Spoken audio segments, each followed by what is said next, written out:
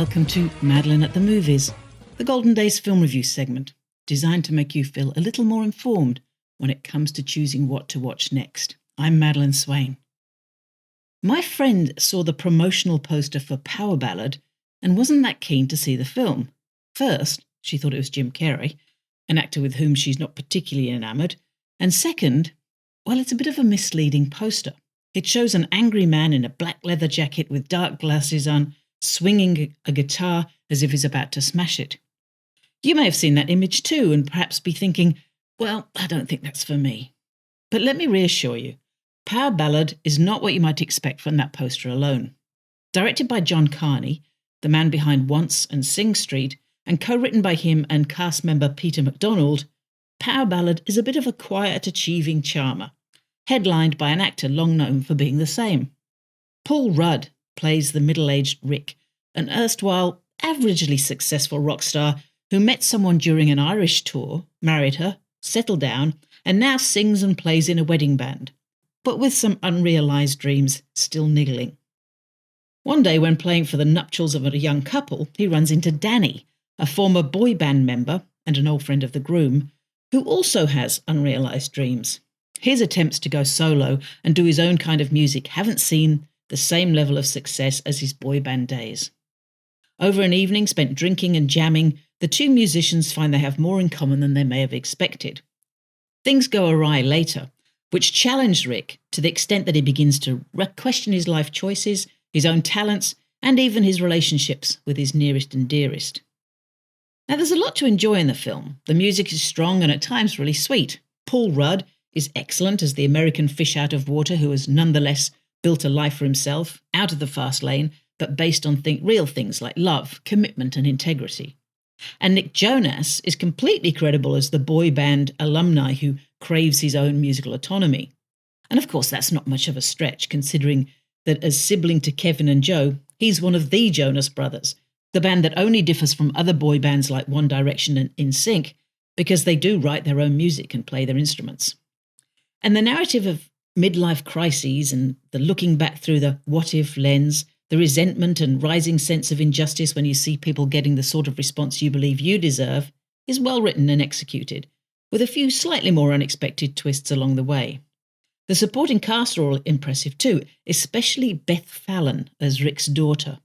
She doesn't have that much screen time, but she's perfect as the know-it-all teenager who also deeply loves her parents, even if she's usually too cool for school to show it. Power Ballad is yet another love letter to Ireland and the power of music from John Carney, and if he keeps on making films as endearing as this, why would he pick another topic? It's rated M, runs for 98 minutes, and is screening in general release now. A very different kettle of fish is a new documentary just about to open in cinemas called Conquering Breast Cancer. So that tells you what it's about right from the off. Directed by Mike Hill, and co-written by him and Sue Collins, who also acts as the presenter-narrator, the film is a really comprehensive look at the state of the disease right now in Australia and the challenges of treating its myriad forms. Importantly, it also includes a whole range of talking heads, women and one man who have had it, women who still have it, people who are at greater risk of having it, and women who wouldn't be here today if it hadn't been for the ever-improving treatments now available. The film does utilise many of those familiar tropes of local documentary filmmaking today, the gentle music, the slow-mo shots of people walking, etc. But this is absolutely one of those films where the message completely outweighs the style. There are people who complain that breast cancer gets more attention than other cancers, and somehow that's not fair. But perhaps those are the sorts of people who really should also watch Conquering Breast Cancer to get inspiration for their own advocacy movements, because it's an absolute testament to the pioneers and advocates who have done such amazing work over the years to give this awful diagnosis the attention it needs. A particular highlight is the account of Raylene Boyle's 50th birthday party, when the then Prime Minister John Howard was among the invited guests, and a brilliantly strategic approach saw the women in the room come up to him one by one with the same request, to subsidise Herceptin, which at the time cost patients up to $70,000 annually. This anecdote is a fantastic example of the power of coordination and the strength in numbers when it comes to fighting something that affects so many Australians.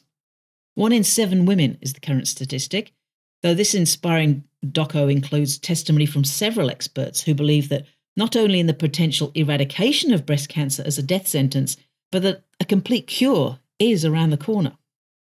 Conquering breast cancer is well worth a watch, whether you're a person with personal experience of cancer or a person without, because let's face it, with those statistics, there simply can't be a single person in Australia who doesn't at the very least know someone who has personally faced the disease.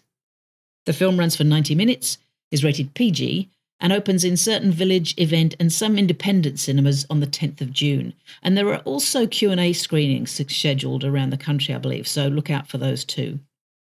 And before I go, a quick word about Buffalo Kids, a new animation that's a little different to the Hollywood norm, mostly because it has Spanish filmmakers, directors Juan Jesus Garcia Galocha and Pedro Solis Garcia. It tells the tale of Tom and Mary, a couple of Irish orphans who arrive in the US by ship and encounter another group of orphans travelling across the country to find new families by train. Joining them on their way to find their own long-lost uncle, they also run into a tribe of Native Americans, the US cavalry, and a gang of evil bandits come miners.